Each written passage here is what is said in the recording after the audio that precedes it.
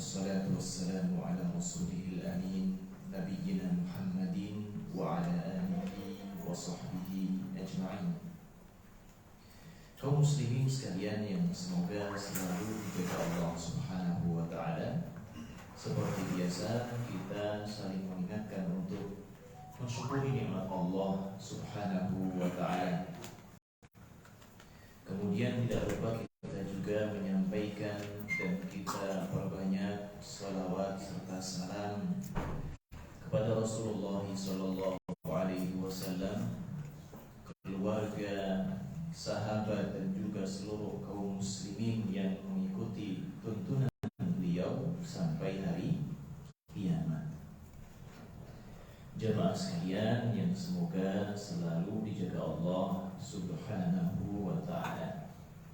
Pada kesempatan pagi hari ini kita akan mengkaji fikih, kemudian juga hadis Nabi sallallahu alaihi wasallam.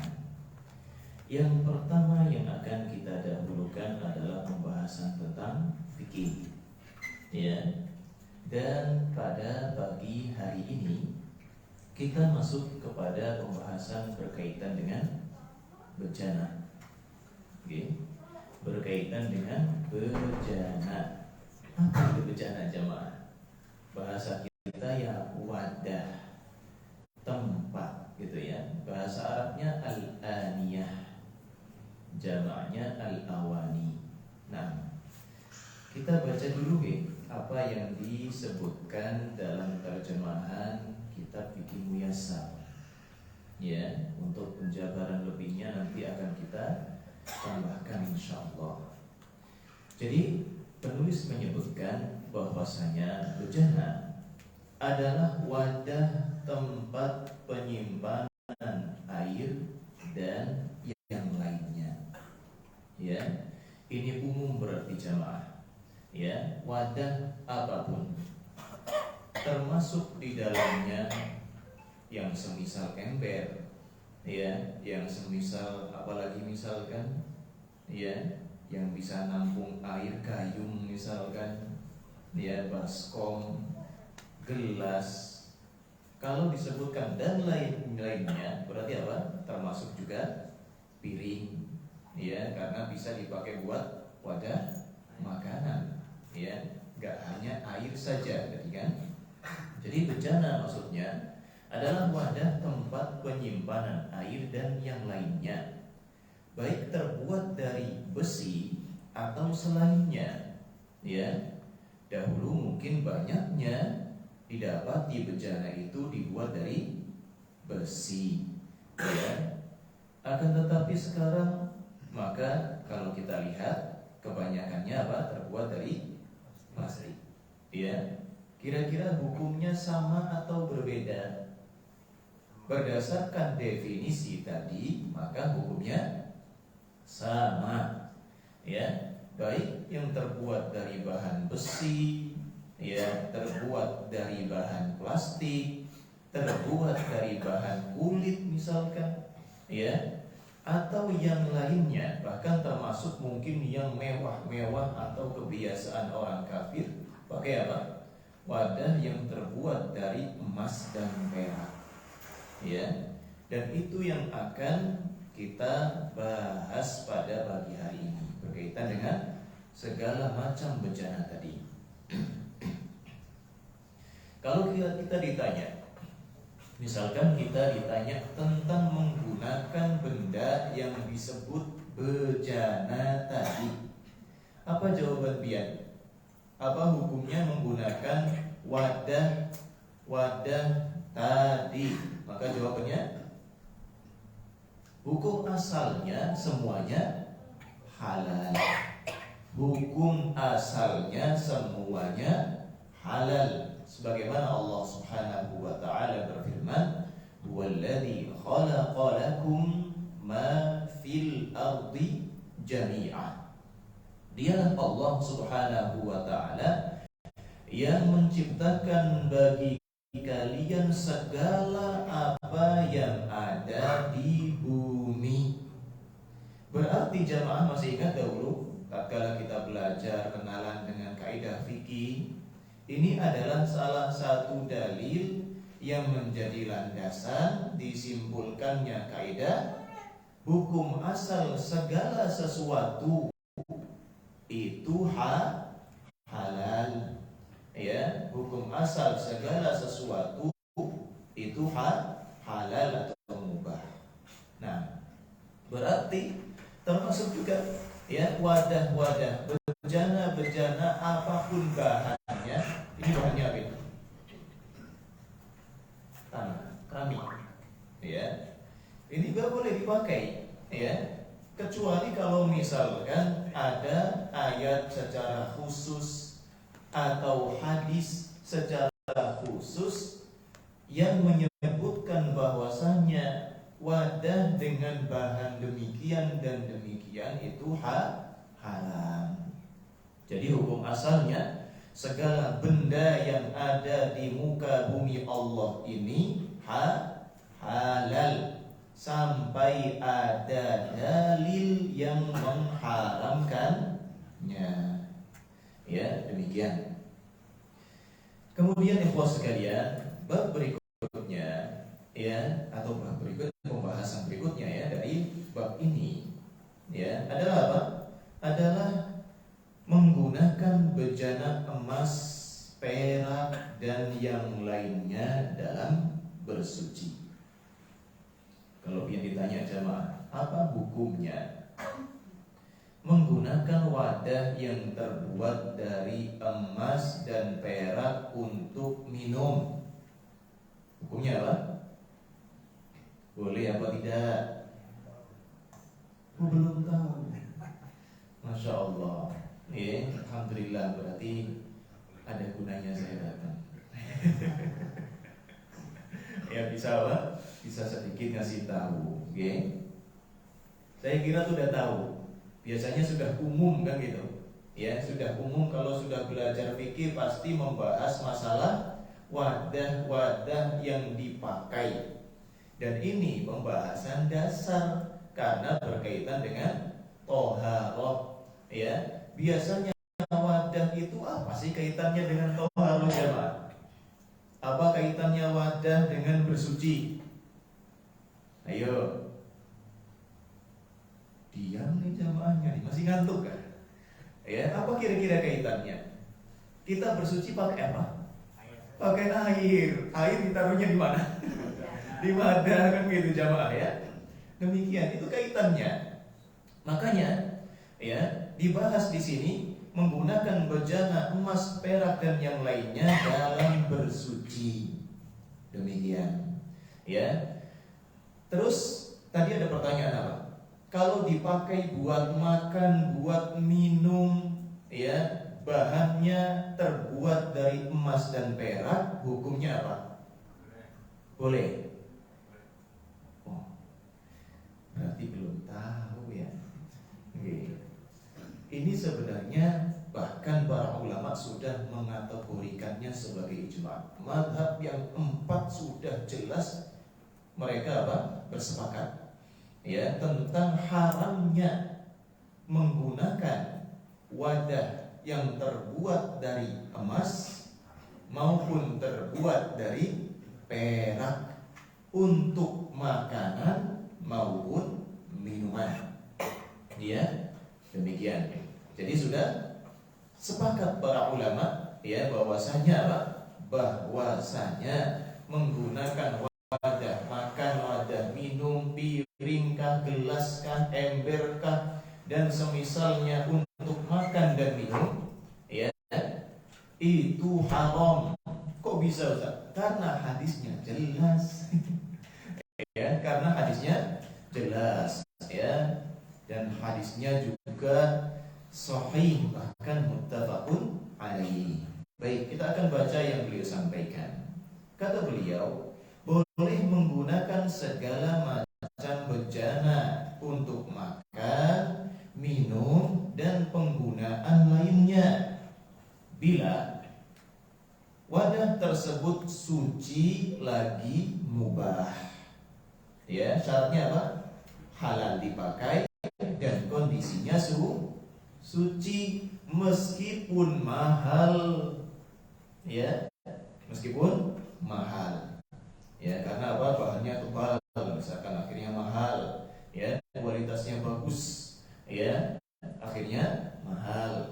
Nah, kenapa? Karena ia masih tetap di atas hukum asalnya yang sudah kita singgung tadi, ya, yakni apa? Hukumnya mubah kecuali bejana emas dan perak, karena sesungguhnya haram makan dan minum dengan menggunakan bejana emas dan perak secara khusus, ya, tanpa penggunaan yang lainnya, ya. Jadi di dalam hadis sudah dijelaskan secara gamblang oleh Nabi Sallallahu Alaihi Wasallam, la tashrabu fi aniyati dhahabi wal fiddah, janganlah kalian minum menggunakan wadah yang terbuat dari emas dan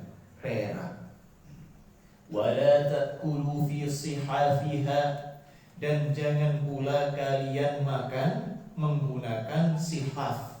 Sihaf itu piring yang lebar, ya. Dulu biasanya piringnya itu lebar-lebar, nggak kecil-kecil kayak kita sekarang, ya. Sekarang makannya pun nafsi-nafsi. Kalau dulu rame-rame, ya.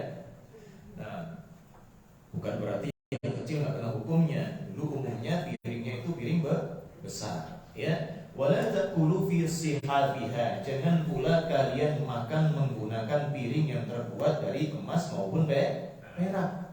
Fa innaha lahum fid dunya, di antara alasan pokoknya adalah apa?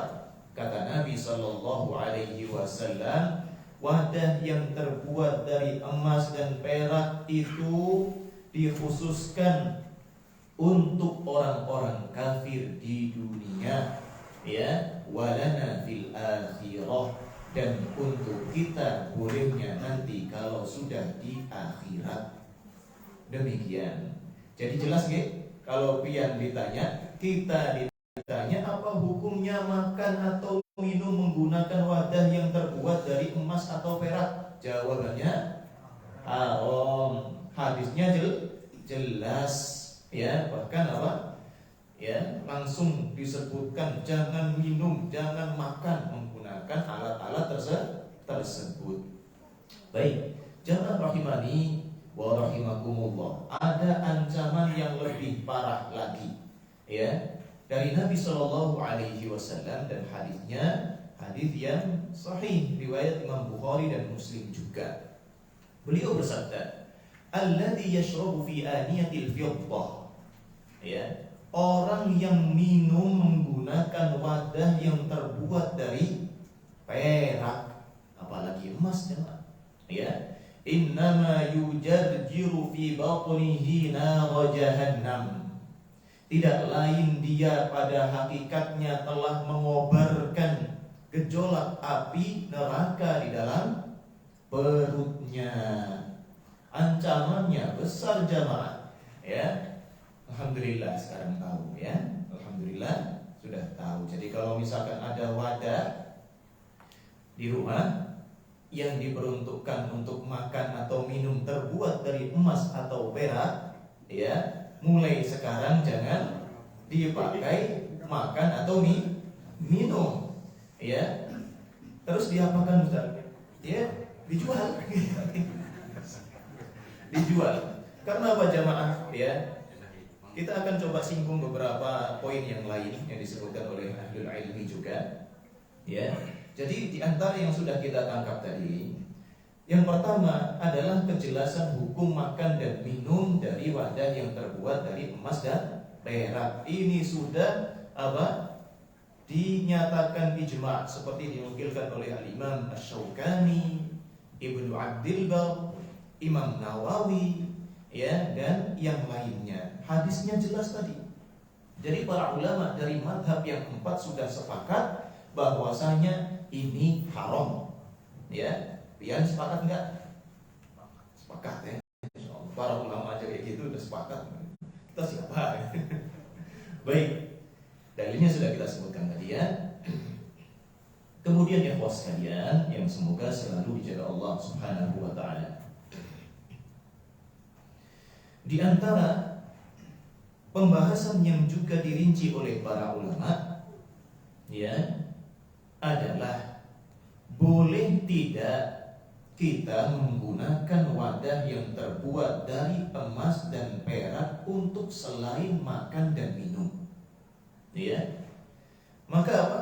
Secara umum para ulama dari mazhab yang 4 bahkan juga dinukilkan sebagai ijma' seperti nukilan dari Al-Imam Ibnu Abdul Bar. Kata beliau, al-ulama kulluhum la yujizuna isti'mal al-awani min al-dhahabi.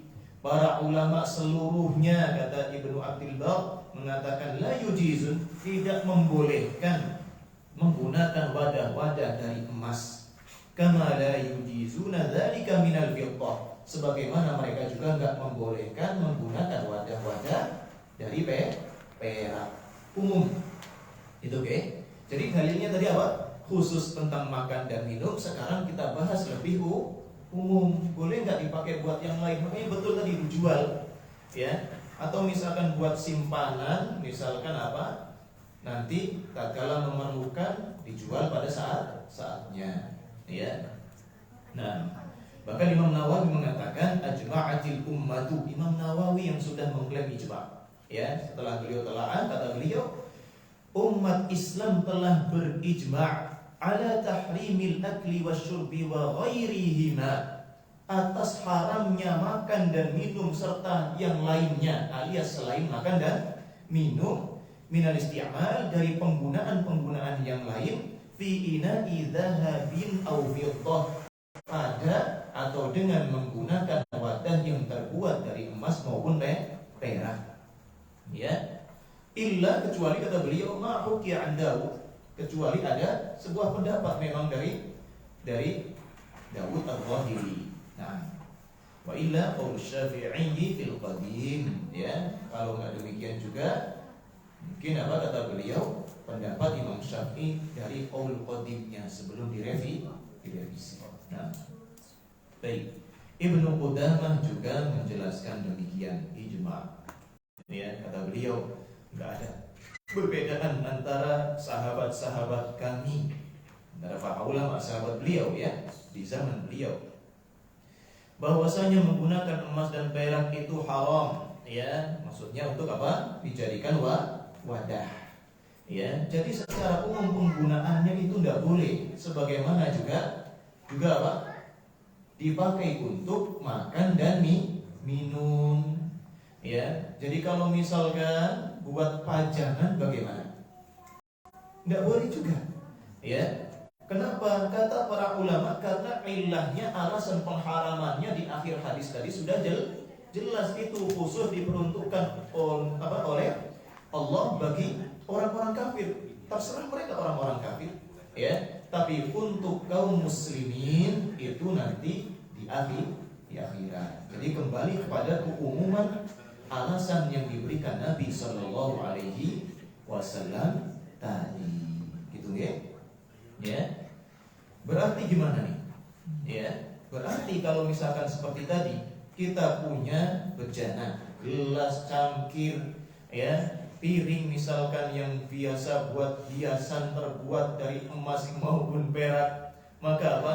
Kalau kita simpan itu, ya. Makanya ada pembahasan tentang apa?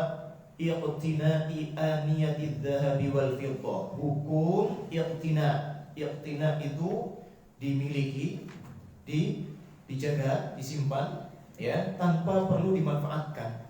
Ya kayak tadi, dipajang ke apa gitu aja, jadi pajangan, ya, disimpan.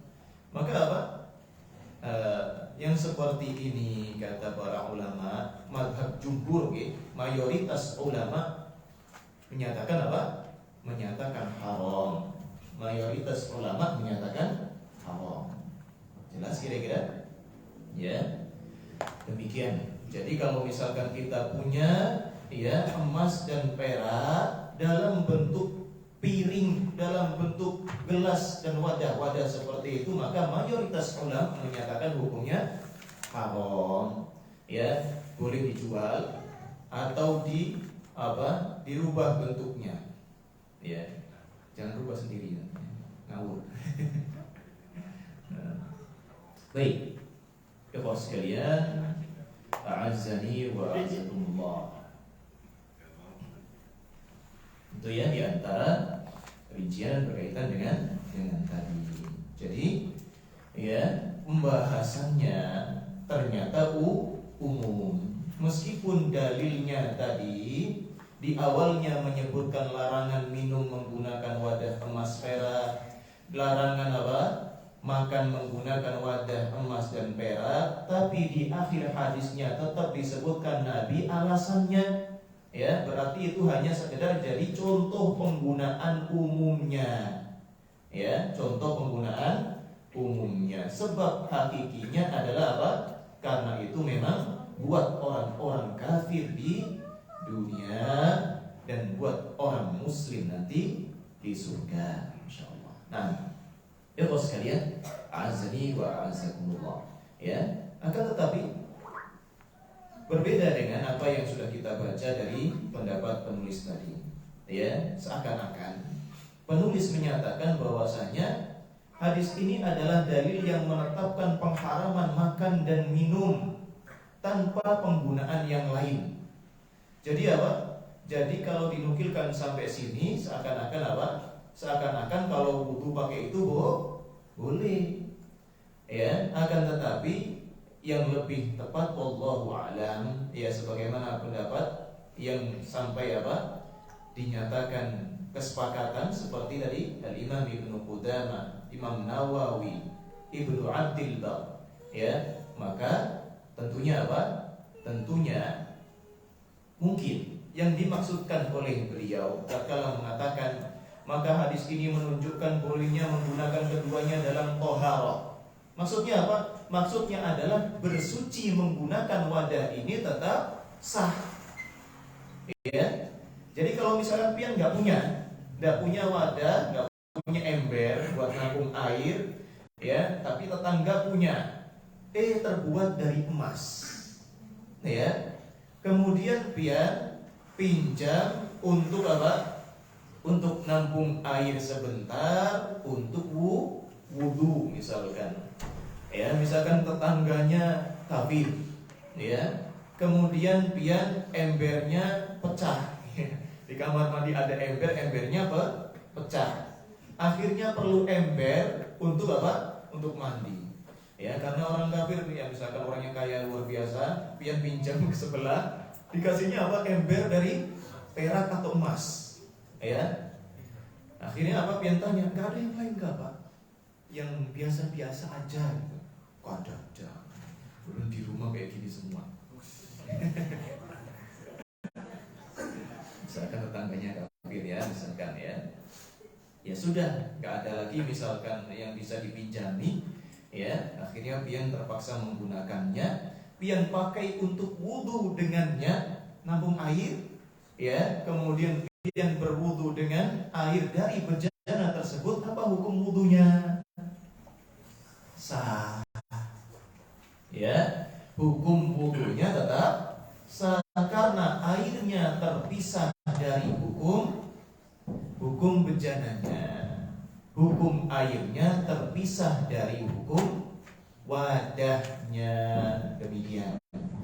Ya. Jadi kalau misalkan memang ada ya di antara kita yang dia meremehkan masalah ini tapi masih sholat misalkan. Dia punya wadah disengaja, dia mungkin suka pamer, naudzubillah, ya. Akhirnya dia pakai wadah buat wudu itu, atau mungkin dia mengira dengan takwilnya, ya, mengira bahwasanya untuk memuliakan ibadah kepada Allah saya akan bikin tempat wudu yang mana nanti tampungan airnya terbuat dari emas. Masya Allah. Ya, maka hukumnya tetap haram, ya, hukumnya tetap haram, ya. Dan kalau sengaja demikian padahal tahu, ya, hukumnya maka tentunya berdosa. Ya, dia berdosa menggunakan wadah emas dan perak itu, tapi wudunya tetap sah. Ya, karena kaidahnya gimana jamaah? Kaidahnya apa? Jika ya yang disebutkan para ulama dalam usul fikih, jika ya sesuatu itu bukan bagian dari syarat atau rukun ritual ibadah, maka apa? Maka jika itu merupakan sesuatu yang haram, ibadahnya tetap sah. Ya. Jadi ibadah tetap sah jika ya wasilah yang digunakan untuk ibadah tersebut bukan bagian dari syarat maupun rukunnya. Contoh, sholat. Di antara syarat sahnya sholat apa jemaah? Menutup aurat. Menutup aurat. Kemudian ada orang sholat tapi menutup auratnya menggunakan pakaian dari sutra. Ya, misalkan laki-laki auratnya pusar sampai lutut, atau sholatnya dia memang pakai baju yang sempurna, ya, tapi pakaiannya seluruhnya terbuat dari sutra. Apa hukumnya jemaah? Apa hukumnya memakai sutra untuk laki-laki? Haram, alhamdulillah, ya, tahu semua. Ya, hukumnya kan haram. Dan ini berkaitan dengan syarat sahnya sholat menutup aurat, maka kata para ulama, ya, sholatnya tidak sah plus berdosa. Tapi kalau misalkan ya kopiahnya saja, misalkan sorbannya saja yang terbuat dari sutra, pakaiannya pakaian bahan biasa, bahan katun misalkan, ya, maka apa hukumnya? Haram menggunakannya, dia berdosa, akan tetapi sholatnya tetap sah. Kenapa? Karena tidak berkaitan dengan syaratnya. Demikian, itu rinciannya. Ya, baik.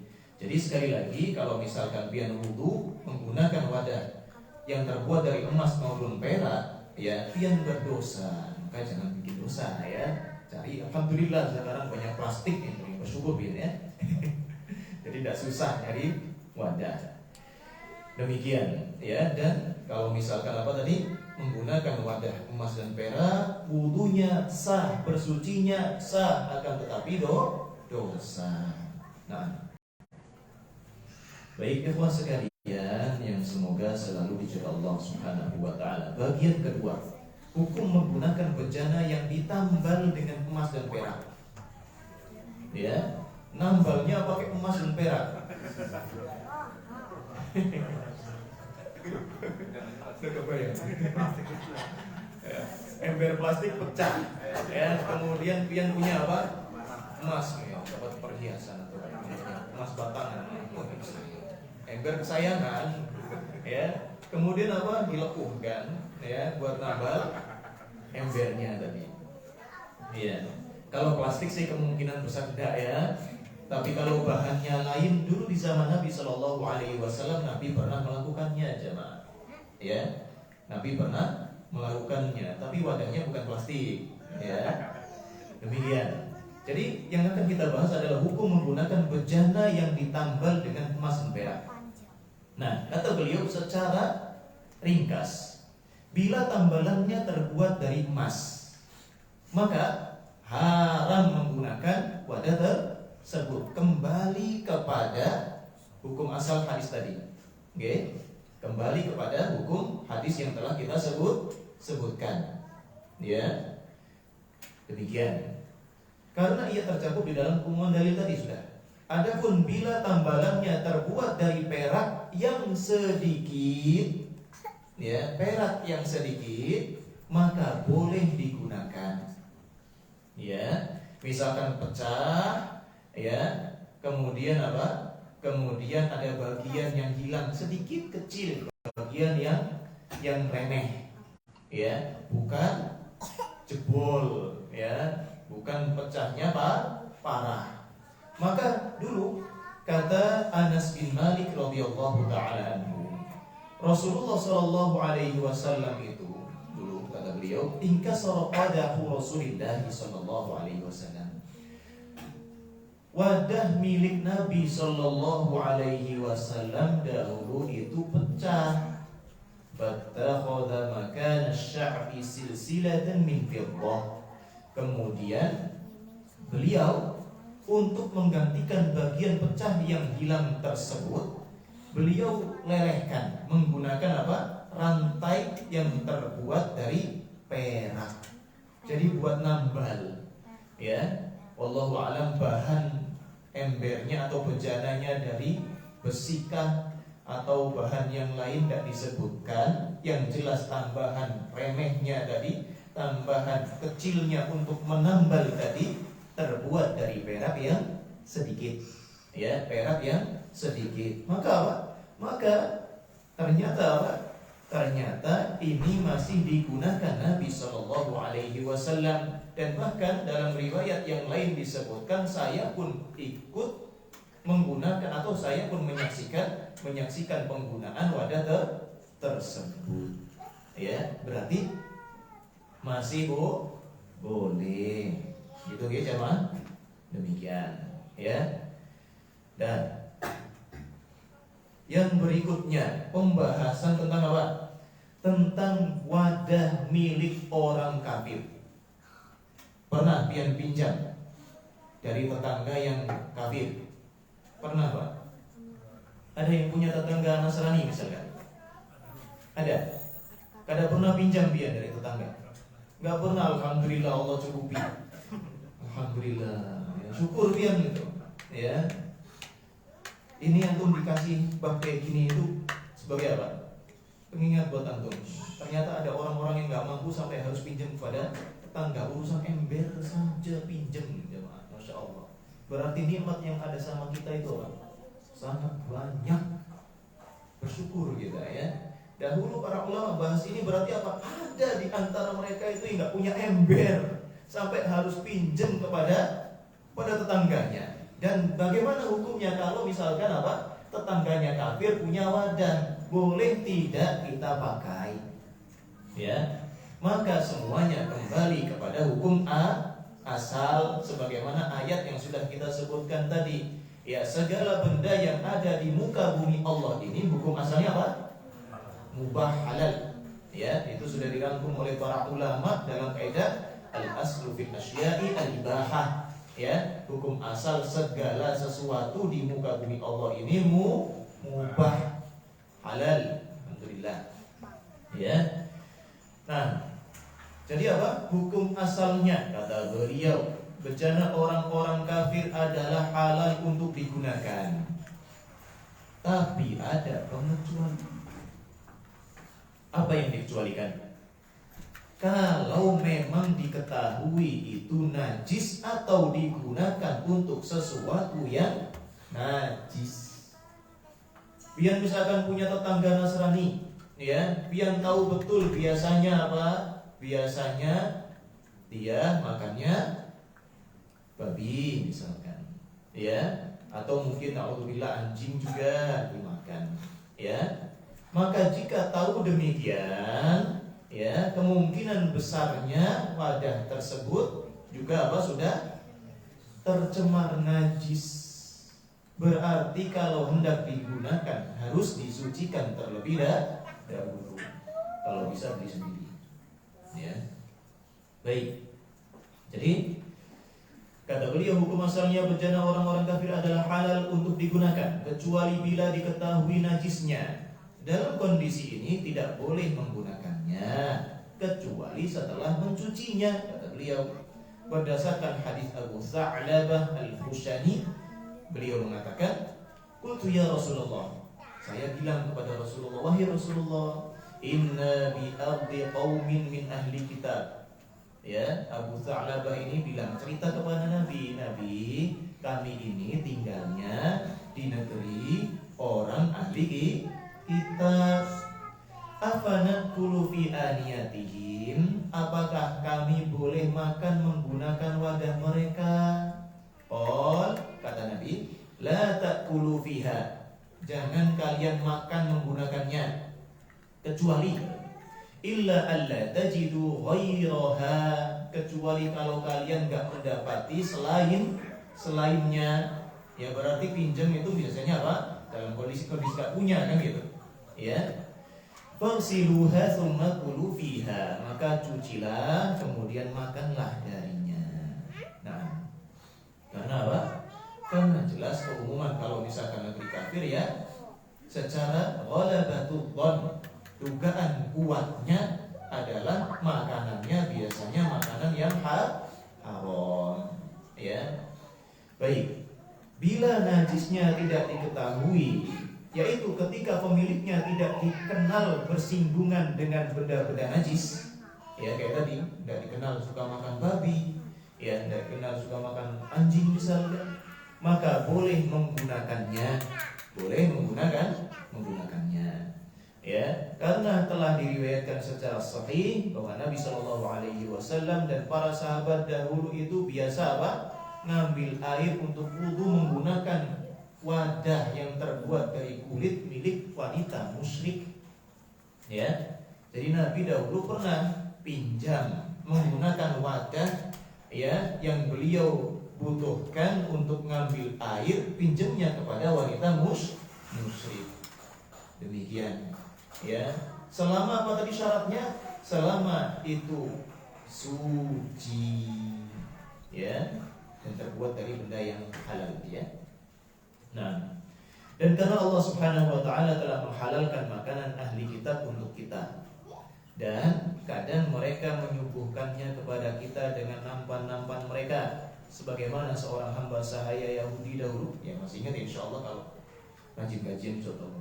Ya, Nabi itu pernah apa? Disuguhi makanan oleh orang Yahudi.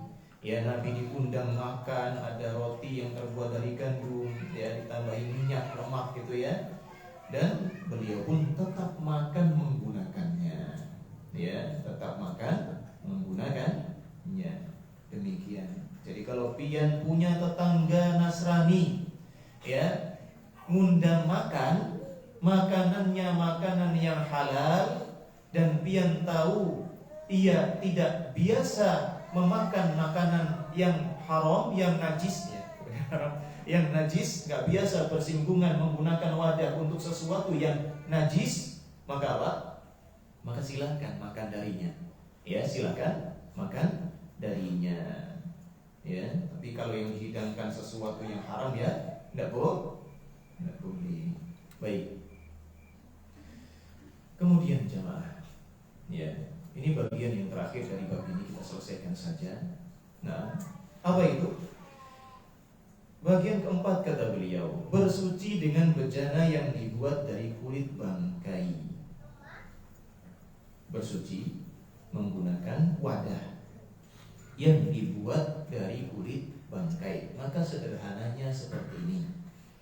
Jika bangkai tersebut berasal atau apa? Jika bangkai tersebut termasuk dari binatang yang halal jika disembelih, maka kulitnya boleh dijadikan wadah atau dimanfaatkan untuk hal apapun setelah disamak. Disamak, dikuliti, dibersihkan bagian-bagian lemaknya, dagingnya, dikeringkan, ya, dan seterusnya. Insyaallah ini yang biasa ya apa kuliti kambing sapi tahu jangan ya demikian ya. Apa tadi? Gini aja sudah. Kalau misalkan kita nyembelih kambing, nyembelih sapi, kulitnya boleh tidak jamaah buat disamak kemudian dimanfaatkan buat wadah apa gitu? Boleh tidak? Boleh kan gitu. Ya. Kemudian kalau misalkan pian mendapat ada mungkin musim PMK kemarin ya, ada sapi mati Ustaz. Gimana ini, boleh nggak kita manfaatkan? Jawabannya, kulitnya boleh kita manfaatkan setelah disamak tadi dikuliti. Disamak apa? Ya tadi disamak itu maksudnya dikuliti, kulitnya dibersihkan dari dagingnya, dari lemaknya, semua yang nempel-nempel selain kulit itu dihilangkan, dijemur, dikeringkan lah. Kalau sekarang mungkin nggak pakai dijemur lagi, dijemur lagi. Kan biasanya apa Nah, ini gitu, antum insyaallah lebih tahu. Ya. Demikian. Jadi apa? Kalau misalkan sapi kita mati, ya, kita pengen memanfaatkan kulitnya setelah disamak, boleh, karena dia termasuk dari binatang yang apa? Halal jika disembelih. Ya. Kemudian contoh yang tidak boleh apa? Misalkan kucing. Kucing suci enggak? Binatang yang suci. Ya. Kemudian kalau disamak boleh enggak? Jadi wadah apa gitu? Ya, kata para ulama tidak boleh, ya, tidak boleh, karena tetap nggak halal untuk dimakan selama hidupnya meskipun disembeli, ya, pian ke hutan, ya, kemudian menemukan bangkai harimau, masya Allah, ya, harimau meninggal karena takdir, ya, itu Jawa tahu lah, mungkin sekarang nggak ada, ya. Baik, jamaah. Misalkan pian menemukan apa? Bangkai harimau. Kira-kira boleh nggak kulitnya sama? Ya, nggak boleh, nggak? Karena apa? Karena kata beliau di dalam kitabnya, ya, binatang ini kalau misalkan hidup disembelih tetap tidak halal. Demikian, ya, itu singkat saja demikian, ya. Berarti apa? Kalau misalkan, ya, bahannya dari sesuatu yang halal, ya, tentunya bersuci darinya juga boleh, sah, demikian. Sedangkan jika apa? Berasal atau dibuat dari sesuatu yang haram, misalkan menyamak kulit singa, menyamak kulit apa? Harimau seperti tadi, kemudian dibentuk seperti wadah buat nampung air wudhu, ya, maka apa? Menggunakannya berdosa. Jika airnya, ya, tetap suci, maka hukum airnya tetap sama seperti yang telah kita bahas pada pertemuan sebelumnya. Meskipun itu benda najis, kalau najisnya tidak merubah sifat airnya, tetap saja boleh digunakan untuk bersuci. Demikian. Ya, gampang insyaallah, ya. Ini pembahasan fikih yang remeh, makanya tadi tanya mestinya udah tahu. Lupa mungkin. Itu jamaah, ya. Demikian, ya. Intinya apa? Ya, hukum menggunakan wadah apapun selain emas dan perak atau yang terbuat dari apa? Dari kulit bangkai binatang yang enggak halal dimakan dengan disembelih, itu hukumnya apa? Haram. Ya. Ya, selain mestinya halal, ya. Selain mestinya halal, ya. Selain tiga tadi, okay? Selain yang terbuat dari emas, selain yang terbuat dari perak, selain yang terbuat dari kulit bangkai yang gak halal dimakan dengan disembelih, ya, itu selain tiga tadi semuanya bebas. Pian pakai untuk wadah makan minum boleh, wadah bersuci juga tidak masalah. Ya, sedangkan kalau apa? Kalau misalkan, ya, terbuat dari tiga hal ini, ya, misalkan kita gunakan untuk bersuci, maka apa? Maka kita berdosa karena menggunakannya, bersucinya tetap sah. Gitu, ya. Terus apa lagi tadi? Kalau misalkan ember pecah, ya, ember yang terbuat dari besi, dari, ya, apa? Tembaga, aluminium, okay, ya. Terus pecah, antum tambal dengan perak yang sedikit tambalannya, itu boleh digunakan, nggak masalah, ya. Berbeda halnya kalau tambalannya dengan emas, ya, mending buat istrinya daripada buat embernya. Baik, jemaah rahimani wa rahimakumullah, itu ya singkat tentang babul aniyah. Kali ini kita akan masuk ke materi berikutnya. Berapa menit, jemaah?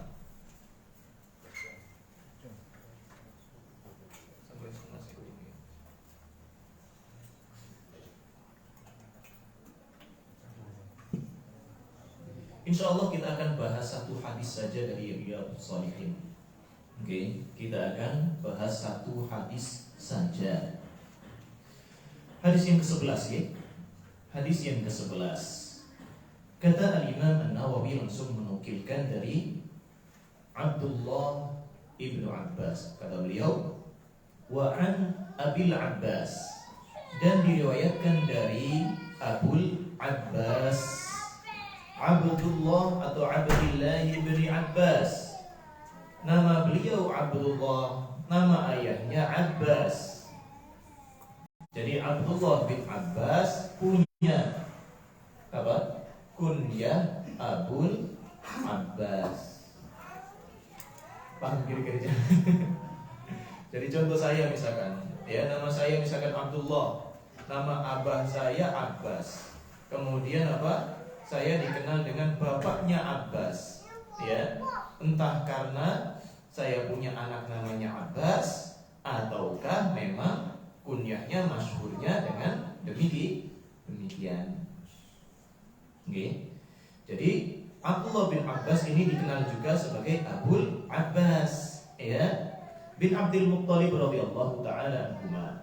An Rasulillah sallallahu alaihi wasallam, dari Rasulullah sallallahu alaihi wasallam, fima yarwihi an rabbih tabaraka wa ta'ala, di antara apa yang beliau riwayatkan dari Rabbnya, dari Allah subhanahu wa ta'ala. Berarti hadis ini hadis apa jemaah? Kalau dari sahabat kemudian menyebutkan Rasulullah bersabda, kemudian Rasulullah masih melanjutkan Allah berfirman, hadis qudsi. Pertanyaan, ya, nanti gantian tenang insyaallah, ya. Sekarang saya tanya. Pertanyaannya jemaah, apa bedanya hadis qudsi dengan hadis nabawi, hadis biasa? Apa bedanya jemaah? Satu, sudah kita sebutkan tadi. Dari sisi sanadnya Pak, kalau hadis qudsi itu enggak berhenti kepada Rasulullah saja. Rasulullah masih melanjutkan sampai kepada Allah. Cuman ya, meskipun menyebutkan Allah berfirman, ya, bukan berarti apa? Bukan berarti pahalanya sama dengan tilawah Al-Qur'an. Jelas jemaah? Ya. Jadi kalau hadis qudsi dengan Al-Qur'an itu gampang bedakannya. Ya. Tapi kalau hadis qudsi dengan hadis yang lain mungkin rada perlu perincian. Ya. Yang jelas dari sisi sanadnya, ya, kalau hadis biasa, hadis nabawi, ya, itu apa? Dari sahabat kemudian sampai kepada Nabi saja. Meskipun yang disampaikan Nabi juga wahyu dari Allah, tapi apa? Penisbatannya sampai Nabi saja. Tapi kalau hadis qudsi, Nabi masih melanjutkan, Allah berfirman, ya, atau sahabat menyebutkan bahwasanya Rasulullah itu menyampaikan firman Allah demikian, ya, seperti pada hadis ini, gitu, ke? Itu yang pertama, ya. Kemudian, ya, yang kedua, kalau hadis qudsi itu kategorinya hadis qauli semua, ya. Hadis qudsi itu kategorinya hadis qauli semua. Apa hadis qauli ya? Hadis Nabi itu kan ada berapa tipe? Ya, misalkan sahabat menyebutkan Nabi bersabda, berarti itu hadis qauli. Ya. Kemudian kalau misalkan sahabat mengatakan Rasulullah melakukan demikian, berarti itu hadis fi'li, amali, perbuatannya Nabi. Yang ketiga, misalkan apa? Rasulullah mendiamkan, ya, mendiamkan, mengizinkan, ya, itu hadis taqriri, kan gitu. Ditetapkan oleh Nabi bolehnya, misalkan, ya. Kemudian kadang juga berisi apa? Sifat Nabi Shallallahu Alaihi Wasallam. Jadi kalau hadis biasa itu ada kemungkinan yang 4 ini isinya. Oke, bisa qauli, ucapan Nabi, bisa fi'li, perbuatannya Nabi, bisa takriri penetapannya Nabi, ya. Atau yang terakhir apa? Hadisnya dari sahabat berisi tentang sifat fisiknya Nabi atau akhlaknya Nabi Sallallahu Alaihi Wasallam. Ya, demikian. Sedangkan kalau hadis qudsi murni qauli saja, ya, karena apa? Rasulullah bersabda, ya, Allah berfirman, seperti itu. Ya, isinya qauli murni, tidak ada yang lain. Itu diantara yang disebutkan oleh para ulama. Ya, demikian. Jadi kita kembali lagi ke hadis yang tadi. Ya, jadi diantara yang Rasulullah riwayatkan dari Allah Subhanahu Wa Taala adalah apa? Beliau jelaskan. Jadi beliau menyebutkan riwayat ini dengan penjelasan Nabi Sallallahu Alaihi Wasallam. Innallaha katabal hasanat, ya, wasayyiat. Sesungguhnya Allah Subhanahu Wa Taala telah menetapkan, telah menentukan hasanat dan sayyiat. Hasanat apa jemaah? Kebaikan gitu, ya. Sayyiat keburukan. Tsumma bayyana dzalik. Kemudian, ya, menjelaskannya. Faman hamma bihasanatin, maka barang siapa yang berkeinginan melakukan kebaikan, falam ya'malha, akan tetapi belum mewujudkannya, katabaha Allah tabaraka wa ta'ala indahu hasanatan kamilah, Allah akan mencatatnya di sisinya sebagai satu kebaikan yang sempurna. Kemudian wa in hamma biha fa'amilaha, dan barang siapa atau dan jika dia berkeinginan kemudian dia mewujudkannya, ya, katabahallahu asyra hasanat, Allah Subhanahu Wa Ta'ala akan menetapkan baginya 10 kali lipat, 10 kebaikan, ila 700 dhi'fin, sampai 700 kali lipat, ila ad'afin katsirah, sampai pelipat gandaan yang banyak. Ya, jangan tanya, terserah Allah kalau mau melipat gandakan sudah lebih dari 700. Nah, wa in hamma bisayyi'atin, dan jika ia berkeinginan melakukan suatu sayyi'ah, falam ya'malha, tapi tidak mewujudkannya, katabahallahu indahu hasanatan kamilah. Katabahallahu indahu hasanatan kamilah, Allah akan catatkan baginya sebagai satu kebaikan yang sempurna. Ya, apa tadi? Pengen melakukan keburukan tapi nggak dia wujudkan, ya, sekedar ada dalam hatinya, maka apa? Ini dicatat di sisi Allah sebagai sebuah kebaikan. Tapi nanti ada rinciannya, ada rinciannya, insya Allah kita akan jabarkan sebagaimana dijelaskan oleh para ulama. Wa in hamma biha fa'amilaha katabahallahu sayyi'atan wahidah, dan kalau misalkan dia berkeinginan buruk kemudian dia wujudkan, maka Allah catat sebagai satu keburukan saja. Masyaallah. Muttafaqun alaihi, hadis riwayat Imam Bukhari dan Muslim. Jamaah rahimani wa rahimakumullah. Ya. Hadis ini senada dengan firman Allah Subhanahu Wa Ta'ala dalam surat Al-An'am 160. Allah berfirman, man jaa'a bil hasanati falahu 'asyru amsalha. Barang siapa yang datang menjumpai Allah dengan membawa satu kebaikan, niscaya akan dibalas dengan 10 kali lipatnya. Ya. Wa man jaa'a bis sayyi'ati fala yujza illa mithlaha.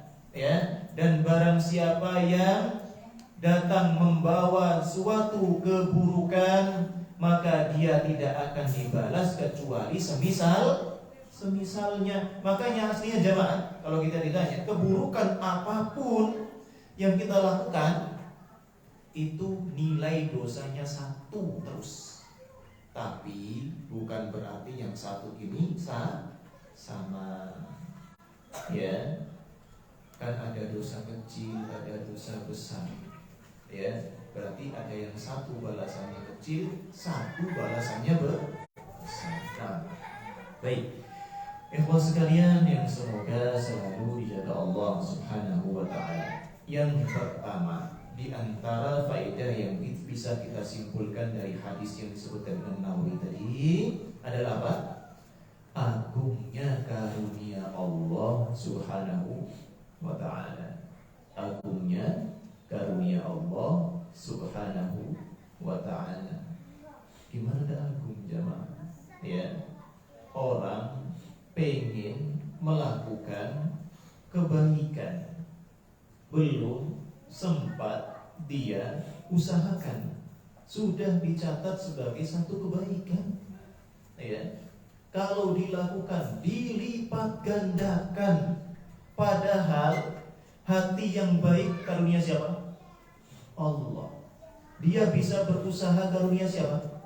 Allah. Dikasih kebaikan lagi sama Allah. Ini petunjuk bagi kita apa? Betapa besarnya karunia Allah. Ya.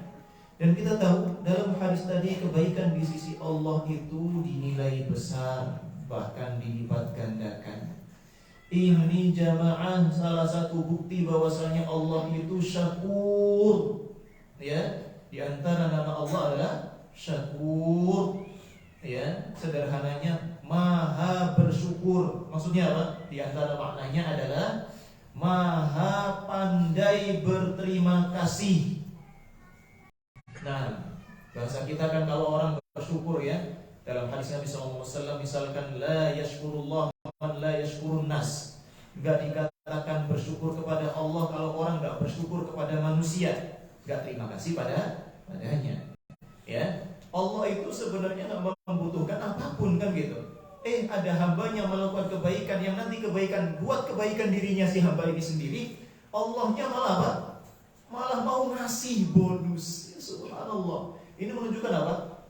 Betapa Allah Subhanahu wa ta'ala juga Maha pemurah. Yang sedikit dikasih dibalasnya dengan yang begitu banyak. Dermawannya Masya Allah. Gak bisa dibandingkan dengan makhluknya. Luar biasa. Nah, ya, sedangkan keburukan itu dinilai kecil di sisi Allah. Dan ini menunjukkan Allah itu rahmatnya maha luas. Karena sebagian ulama menjelaskan rahmat itu artinya apa?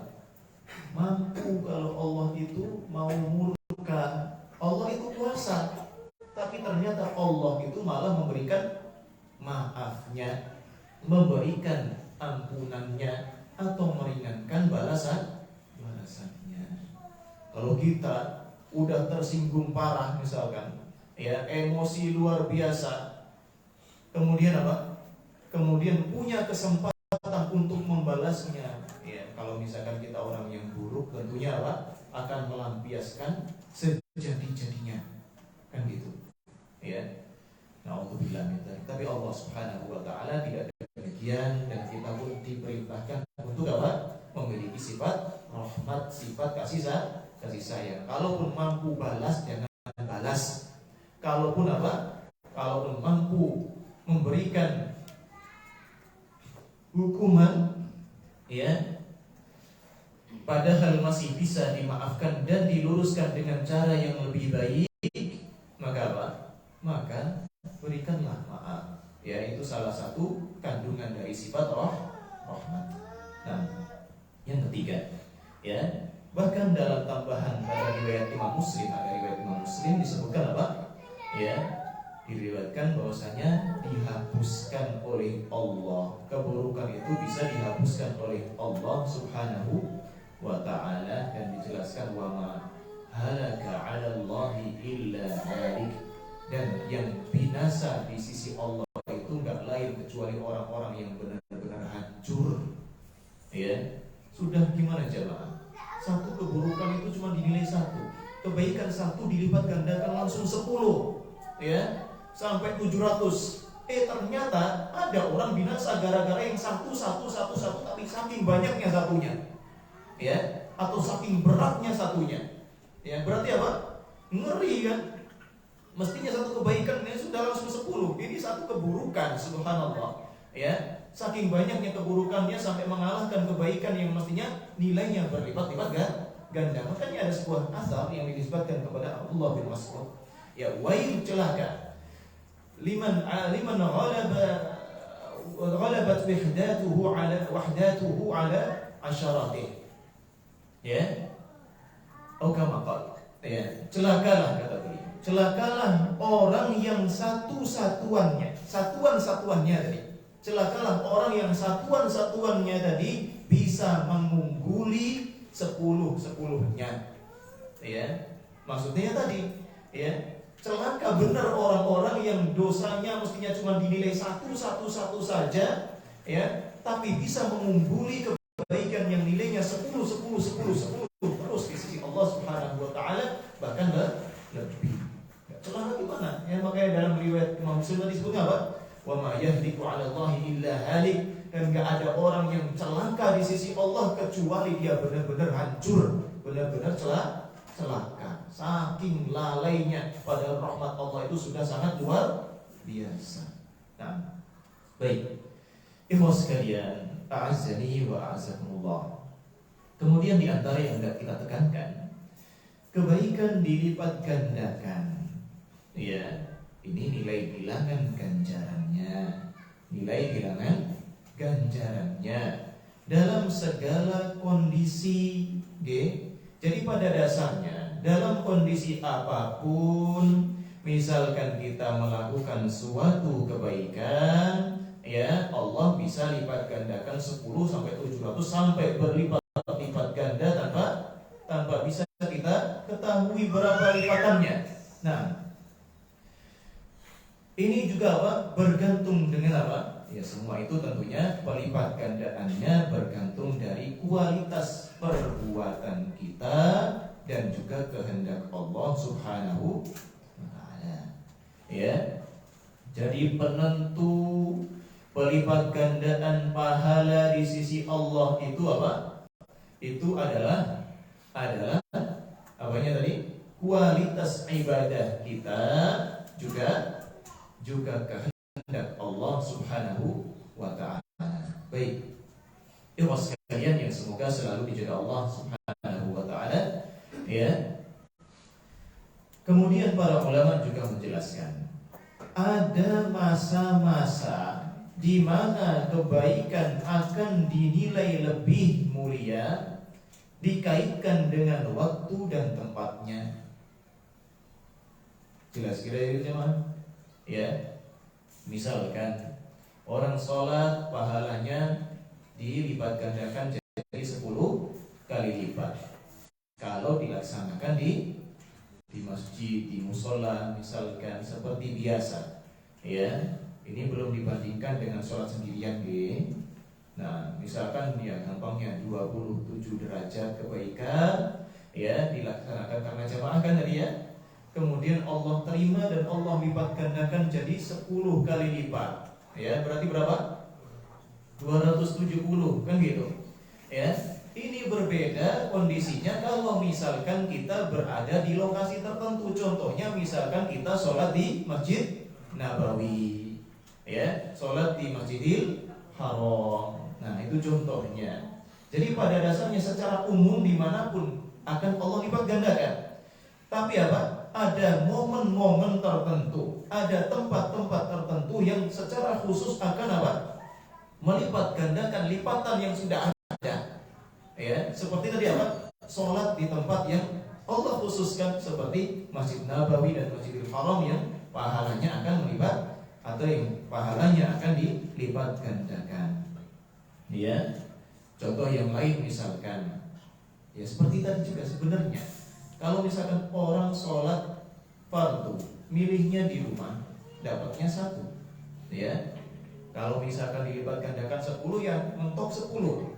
Tapi kalau dia laksanakan di masjid, jadinya 27, jadi 270. Sholat sunnah juga kayak gitu. Ya. Sholat sunnah yang lebih afdol di mana? Di rumah, nggak kelihatan orang. Ya. Itu pun tingkatannya lebih mulia. Tentunya nanti pelipat gandaannya juga berbeda, makin banyak. Kan demikian. Makanya pinter-pinter Pak, nyari posisi. Ya, enggak cuma main bola aja, nyari posisi yang pas biar kawannya bisa ngumpan. Enggak. Ya, ternyata ibadah juga demikian. Ya, ibadah juga demikian. Pintar-pintar nyari waktu, memanfaatkan waktu yang sebaik-baiknya.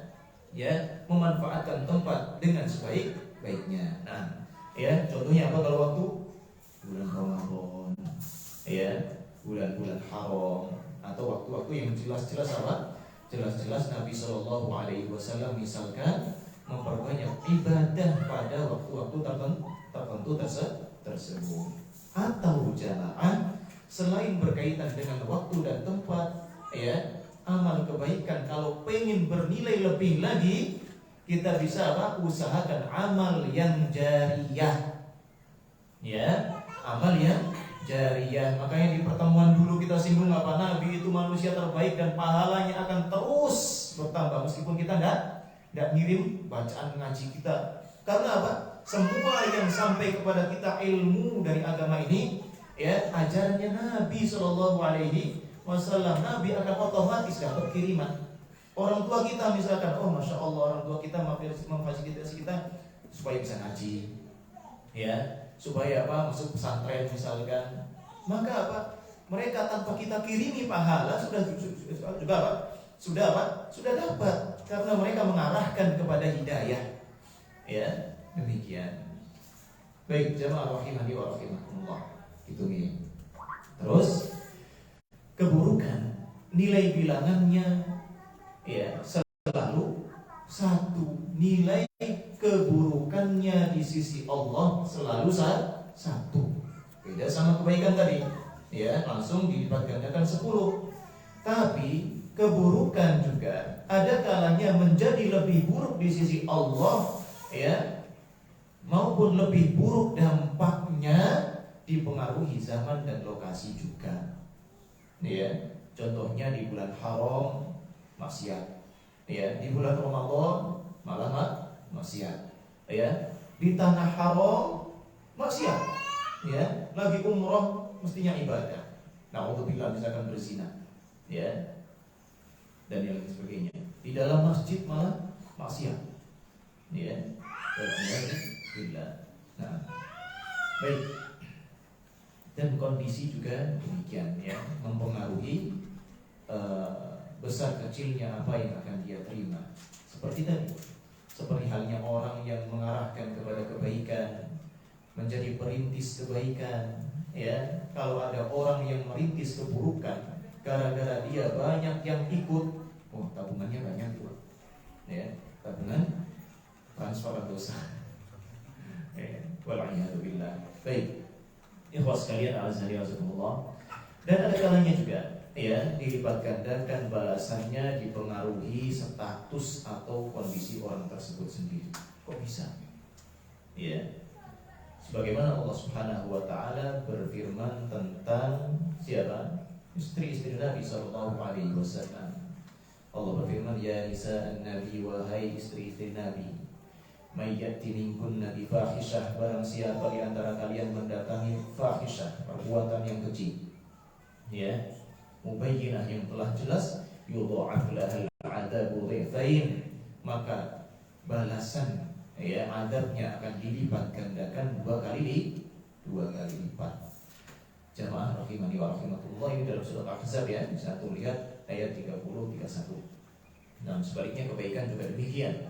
Dan para ulama ada yang mengkiaskannya, jamaah.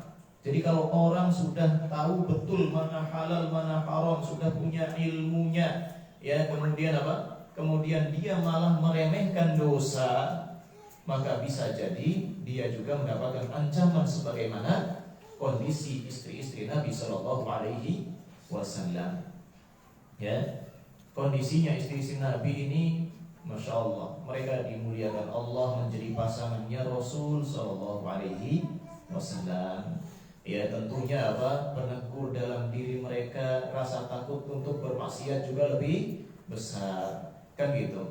Ya, makanya diingatkan oleh Allah lagi, kalau ada yang sampai terjerumus kepada kemaksiatan, maka dosanya bisa atau adabnya bisa dilipat gandakan dua kali lipat.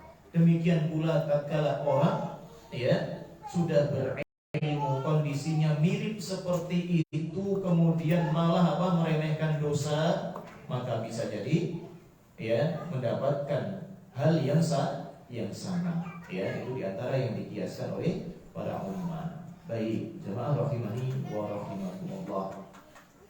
Panjangnya. Belum selesai loh ya. Nah, baik.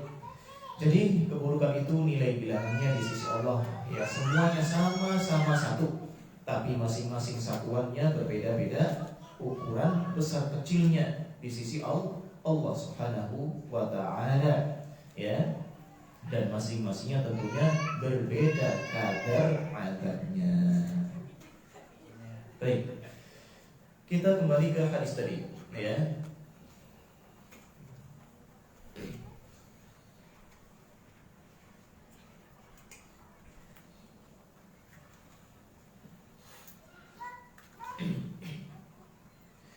Di dalam hadis disebutkan apa? Rasulullah Shallallahu Alaihi Wasallam bersabda dengan lafal kataba. Kataba artinya nulis jemaah. Ya. Dan kita terjemahkannya apa? Dengan menetapkan. Kalau kita belajar atau mengingat kembali tentang kandungan iman kepada takdir Allah, ya, ada apa? Ada juga berkaitan dengan apa? Dengan apa? Dengan kitabahnya Allah. Bahwasanya Allah Subhanahu wa taala telah mengetahui semua yang akan terjadi, ya. Jadi Allah itu mengetahui apa yang telah terjadi, yang sedang terjadi, yang akan terjadi, ya. Termasuk juga yang belum terjadi. Nanti kalau terjadi bagaimana Allah tahu, ya. Kemudian apa? Allah tuliskan semua itu di dalam Lauhul Mahfuz. Ya, semuanya sudah Allah catatkan. Makanya sering digunakan lafal seperti ini. Innallaha katabal hasanat wasayyi'at. Sesungguhnya Allah telah menuliskan, telah mentakdirkan, telah menetapkan hasanat dan sayyi'at. Dan maknanya diantaranya apa teman? Berarti Allah itu sudah menentukan mana yang kategori hasanat, mana yang kategori sayyi'at. Selain itu kata para ulama, berarti Allah Subhanahu wa taala juga telah menetapkan perbuatan hamba. Perbuatan hamba ini makhluknya Allah Subhanahu wa taala juga. Bahkan pian yang belum tahu setelah ini mau apa, Allah sudah tahu. Ya, Allah sudah tahu. Demikian jamaah rahimani wa rahimakumullah. Ya. Jadi di antara makna kata di sini apa tadi? Setelah atau selain Allah sudah menetapkan mana kebaikan, mana keburukan, Allah juga sudah menetapkan perbuatan hamba-hambanya. Ya, demikian. Kita tidak tahu terus gimana? Berusaha saja. Ya, berusaha yang terbaik. Ya, bahkan kita nggak tahu sama sekali dengan takdirnya Allah Subhanahu wa taala. Makanya dahulu tatkala ada sahabat yang nanya kepada Nabi sallallahu alaihi wasallam, ya, dan Nabi menjawab bahwasanya penghuni surga sudah ditetapkan, penghuni neraka sudah ditetapkan. Terus fafimal amal? Nah, buat apa beramal? Ngomongnya gitu. Ya, Nabi justru mengatakan i'malu fa kullun yassara lima uliqalahu. Tetap berusaha. Ya, karena setiap orang masing-masing sudah dimudahkan atau pasti dimudahkan ke arah mana dia diciptakan. Nah, dan manusia itu punya pilihan jemaah. Ada hal-hal yang tidak dia miliki pilihan sama sekali dalam hidupnya. Ada hal-hal yang sudah Allah jelaskan mana arah yang benar, mana arah yang salah, ya, yang dia bisa memilihnya. Demikian. Baik. Kemudian yang ketiga, ya, di antara maksud dari menetapkan kebaikan dan keburukan adalah apa? Adalah bahwasanya Allah Subhanahu wa taala pun telah menetapkan balasan kebaikan dan balasan keburukan. Itu maknanya tiga. Ya. Jadi katabal hasanat was sayyi'at, ya, di antara yang disebutkan para ulama yang tiga ini. Apa tadi yang pertama? Allah sudah menetapkan mana baik, mana buruk. Allah sudah kasih tahu kepada kita. Kemudian yang kedua, Allah juga menjadikan apa? Perbuatan hamba ini sebagai makhluknya. Perbuatan kita yang baik, perbuatan kita yang buruk, ini semuanya makhluknya Allah Subhanahu wa taala. Sudah tercatat di dalam takdir Allah Subhanahu wa taala. Kemudian yang ketiga apa? Allah pun sudah menetapkan ganjarannya. Ya. Makanya jamaah, lafal hasanat dijelaskan oleh para ulama, definisinya apa? Definisinya adalah hasanat itu nama atau istilah bagi segala hal yang dijanjikan balasan kebaikan. Itu namanya hasanat. Apa tadi jemaah? Nama untuk segala hal yang dijanjikan Allah balasan kebaikan. Berarti apa yang tercakup di dalam? Segala yang Allah perintahkan, yang wajib maupun yang sunnah. Kalau sayyiat sebaliknya, namanya sayyiat, keburukan itu apa? Segala hal atau nama bagi segala hal yang dijanjikan balasan buruk oleh Allah Subhanahu wa ta'ala. Berarti yang termasuk di dalamnya apa jemaah? Apa? Kalau yang hasanat tadi yang wajib sama sunnah, karena sudah pasti dijanjikan kebaikan, kan gitu. Kalau sayyiat dijanjikan balasan keburukan, berarti termasuk di dalamnya apa?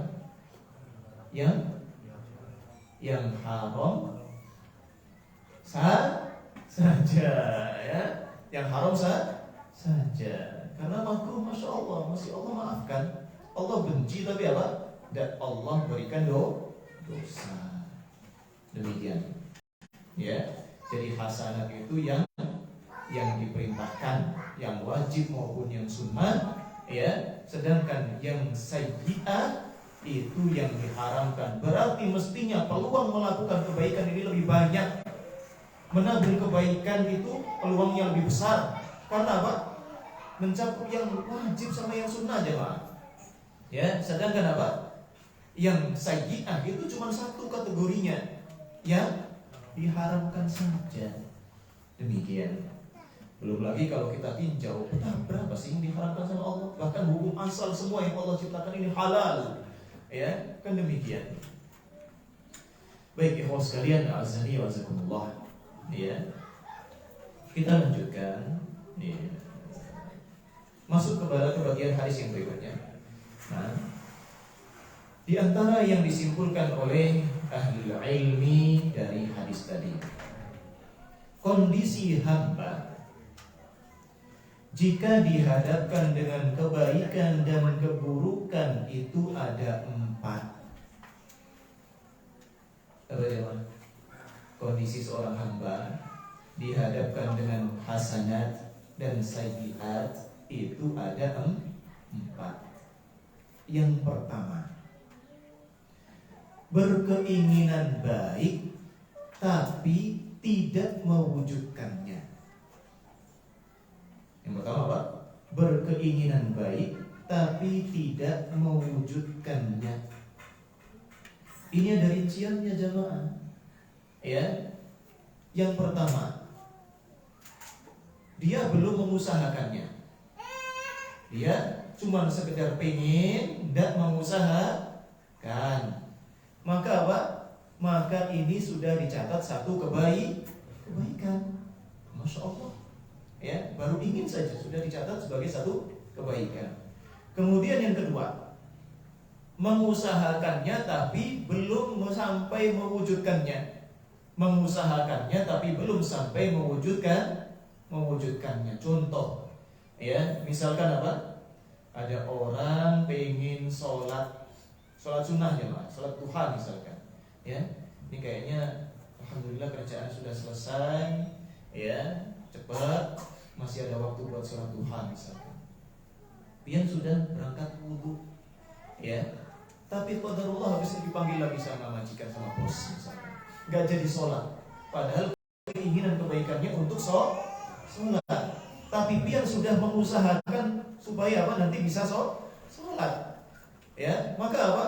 Maka pian selain mendapatkan pahala niat kebaikan, ya, satu dari pian pun mendapatkan hasanah kebaikan, balasan kebaikan berupa kejujuran yang pian wujudkan. Ya, kejujuran yang pian wujudkan serta usahanya. Kalau misalkan apa? Wudunya, ya, dilaksanakan dengan sesuai tuntunan Nabi Shallallahu Alaihi Wasallam, ada pahala juga, ya. Demikian. Makanya para ulama kita ingat kaidah dulu ya. Al-wasailu laha ahkam maqasid. Al-wasailu laha hukmul maqasid. Ya.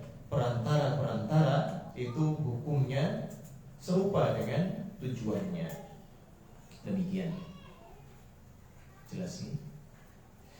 Baik, ikhwan sekalian, a'azzani wa azakumullah. Tentunya ya yang seperti ini pada kasus yang memerlukan wasilah, perlu proses untuk mewujudkan kebaikan tersebut. Ya, contoh yang lain bisa aja, Bang. Misalkan pian tahu ada orang kesulitan di daerah tertentu, ya, pian sudah tahu beritanya, pengen nolong, sudah dapat pahala kebaikan, keinginan melakukan kebaikan. Sudah, masya Allah, siap-siaplah sudah. Antum belanja apa, ya? Kemudian apa? Kemudian sudah disiapkan mobilnya, pengen berangkat. Qadarullah, keluarga ada yang sakit. Belum sampai berangkat, tapi sudah disiapkan, ya. Pian sudah dapat pahala kejujuran pian dalam keinginan kebaikan. Kemudian apalagi usahanya, belum lagi infaknya, belanjanya, tadi sudah terhitung pahala di sisi Allah. Meskipun tertunda misalkan. Masya Allah, betapa maha pemurahnya Allah Subhanahu wa ta'ala. Demikian, gitu ya. Jadi kondisi pertama apa tadi? Berkeinginan baik tapi belum mewujudkannya. Ini ada dua kondisi tadi ya. Ada dua kondisinya ya. Ada yang pengen saja ya, maka dapat satu kebaikan. Tapi kalau pengen plus mengusahakan meskipun belum sukses, belum terlaksana ya, maka pahalanya bisa berlipat-lipat sesuai dengan proses yang dia jalankan. Kemudian yang kedua, kondisi kedua, berkeinginan baik kemudian mampu mewujudkannya. Ya, berkeinginan baik dan mampu mewujudkannya. Maka dapat pahala plus mudha'afah, ya, pelipat gandaan pahalanya. Lanjut. Itu yang kedua. Yang ketiga, ada orang sebaliknya berkeinginan buruk. Ada orang berkeinginan buruk tapi tidak mewujudkannya. Ya, ini kata para ulama, maksudnya adalah sekedar ada kilasan di dalam hati. Sekilas pengen melakukan maksiat gitu loh, Pak. Ya. Sekilas menilai ini keburukan yang nyaman kalau dilakukan. Ya, sekilas saja, bukan tekad. Ya. Beda nanti, makanya insya Allah nanti kita akan sebutkan rinciannya yang disebutkan oleh Syekh Shalih Al-Utsaimin hafizahullah. Ya, baik. Jadi jika ada orang yang berkeinginan buruk tapi tidak mewujudkannya dan keinginannya merupakan kilasan saja, sekilas pengen saja, ya, gimana Pak? Terbesit di dalam hati. Maka ini ada rinciannya, kan? Ada rinciannya lagi. Oh ini sorry, masya Allah, para ulama kayak gitu. Ya. Rinciannya apa? Yang pertama, jika tidak mewujudkannya karena adanya sebab. Jadi orang terbesit di dalam hatinya pengen melakukan keburukan, kemaksiatan, ya, tapi nggak dia lakukan, nggak dilakukannya karena ada sebabnya, jemaah, ada sebab tertentu, dan sebabnya ini pun ada rinciannya. Ya, yang pertama kalau sebabnya karena takut kepada Allah, maka maka dapat lagi pahala takut kepada Allah, pahala ibadah hati berupa khosyah. Nanti kalau kelamaan nyatatnya nanti kasih ringkasan saya. Ya. Yang kedua, jika takut karena orang, jadi ada sebab orang terbesit di dalam hatinya tapi nggak jadi melakukan kemaksiatan karena takutnya pada orang, jemaah. Ini namanya riya, kan gitu. Iya, seperti ungkapan yang masyhur dari Fudail bin Iyad rahimahullahu taala, man atakul amali li ajlin nasi riya. Meninggalkan suatu perbuatan karena sebab manusia, Itu riya namanya. Ya. Kayak tadi orang ya nggak mau melakukan sesuatu, tapi apa? Sebabnya karena riya. Ya, supaya tetap dianggap orang soleh. Ya. Supaya tetap dianggap baik di pandangan masyarakat. Karena orang dia baik buruknya karena pandangan orang, ya, bahkan bisa sampai apa? Kategori yang lebih tinggi levelnya, ya. Baik. Maka apa? Orang yang seperti ini, ya, dia dapatnya apa? Dapatnya dosa riya. Dosa syirik, ya? Syirik asghar. Baik. Jadi yang pertama tadi apa? Sebabnya takut Allah, maka malah dapat pahala.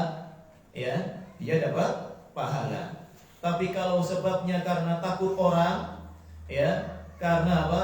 Karena riya, maka dia dapat dosa. Tetap dapat dosa, Pak, meskipun apa? Gak mewujudkan keinginan buruknya. Ya, dosa riya. Kemudian yang ketiga, jika karena gak mampu, pengen tapi dia nggak mampu melakukannya, ya, padahal sudah mengusahakan, ya, padahal sudah mengusahakan. Contohnya gimana? Ya, contoh yang disebutkan Syekh Al-Utsaimin, kata beliau, contohnya misalkan ada orang sudah nerobos pagar rumah orang lain, ya, malam hari sepi atau orangnya tidak ada, dia nerobos pagar rumah orang, manjat, tapi ternyata dia tidak bisa nyongkel pintunya, ya. Dia sudah manjat, ternyata lihat ada kamera. Kemudian apa? Kemudian, ya, dia mengurungkan niatnya, padahal sudah mengusahakannya. Ini jamaah, coba. Kira-kira kalau misalkan antum lihat orang kayak gini, pergok sama antum teriak maling nggak? Iya. Meskipun dia tidak jadi maling, atau nggak peduli alasannya kan. Yang jelas dia sudah mengusahakan, sudah manjat tembok orang, sudah coba nyongkel, meskipun belum sukses, kita tetap teriaki maling. Berarti apa? Dia sudah punya hukum sebagaimana orang yang melakukannya, meskipun gagal zong. Ya, baik. Demikian.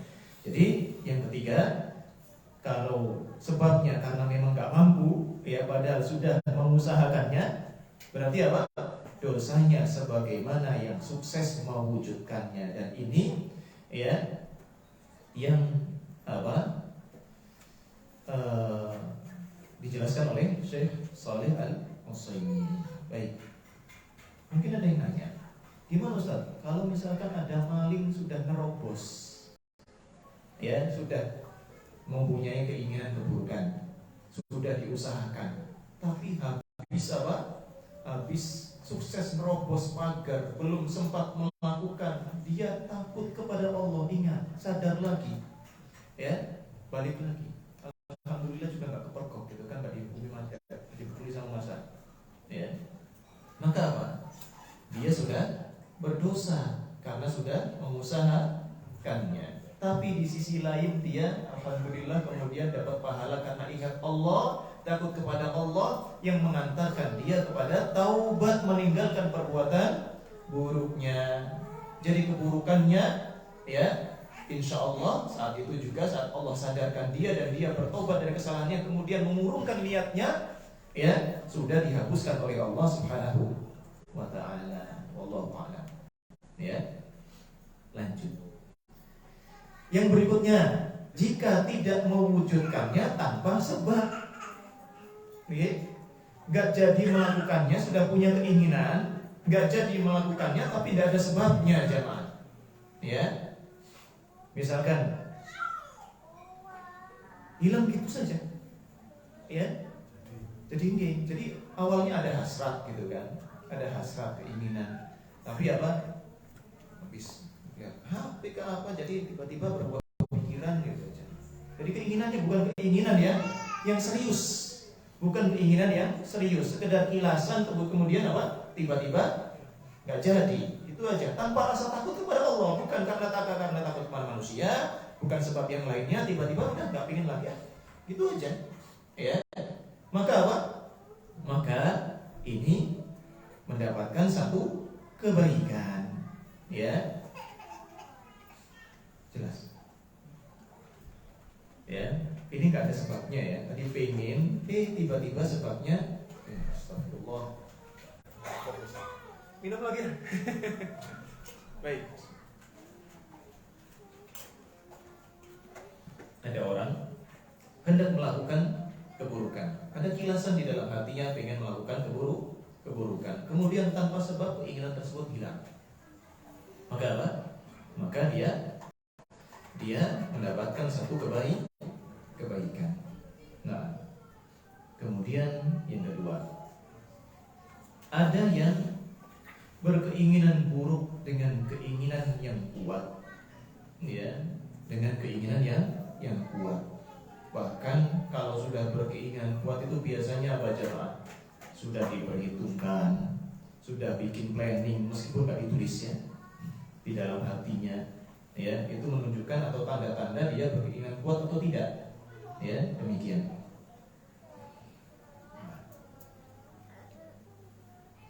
Jadi beda, ya. Yang pertama tadi apa? Orang yang berkeinginan melakukan keburukan kemudian hilang begitu saja, nggak ada sebabnya, ya. Ini masih rincian yang nggak ada sebabnya seperti tadi, ya. Tapi yang kategori kedua, ya, dia sudah punya keinginan kuat, ya, bahkan dalam hatinya mungkin sudah apa? Sudah ada perhitungan supaya bisa melakukan kemaksiatan tersebut. Dan dia juga punya kemampuan kalau misalkan mau mengusahakan, okay? Kalau dia mau mengusahakan untuk serius mewujudkannya, maka apa? Dia mampu sebenarnya untuk melakukan. Akan tetapi, ya, ternyata apa? Ternyata gak ada sebab apapun dia gak jadi melakukan. Pokoknya dia ya suka-suka dia, gitu aja. Pada dasarnya keinginan buruknya itu sudah kuat sekali. Bahkan dia sudah apa? Dalam hatinya bikin perhitungan, ya, karena memang keinginan kuat selalu demikian, ya.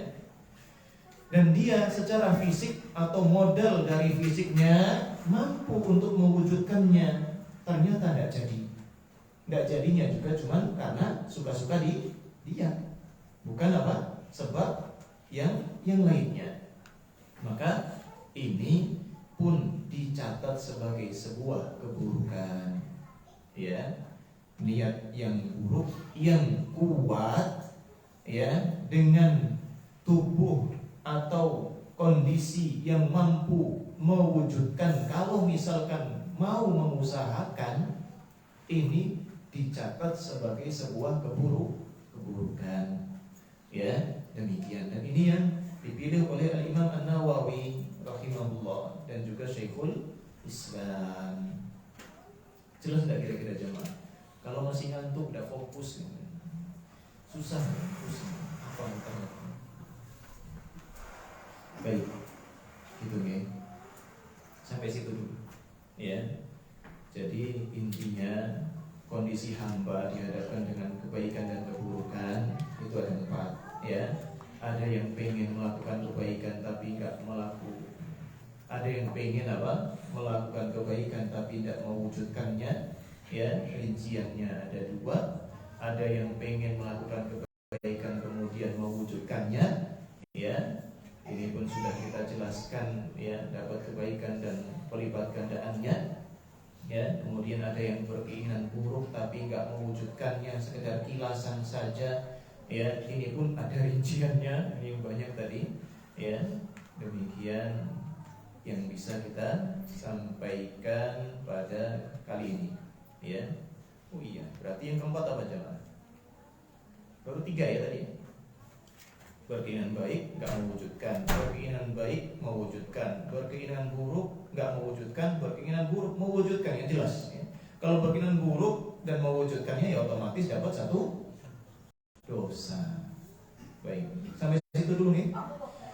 Semoga yang kita sampaikan ini bermanfaat, ya. semoga jelas ya dan bermanfaat untuk kita, bisa kita amalkan, kita jadikan bekal ya saat kembali kepada Allah Subhanahu wa taala. Ini yang enggak fokus tuh saya. Right. Mana?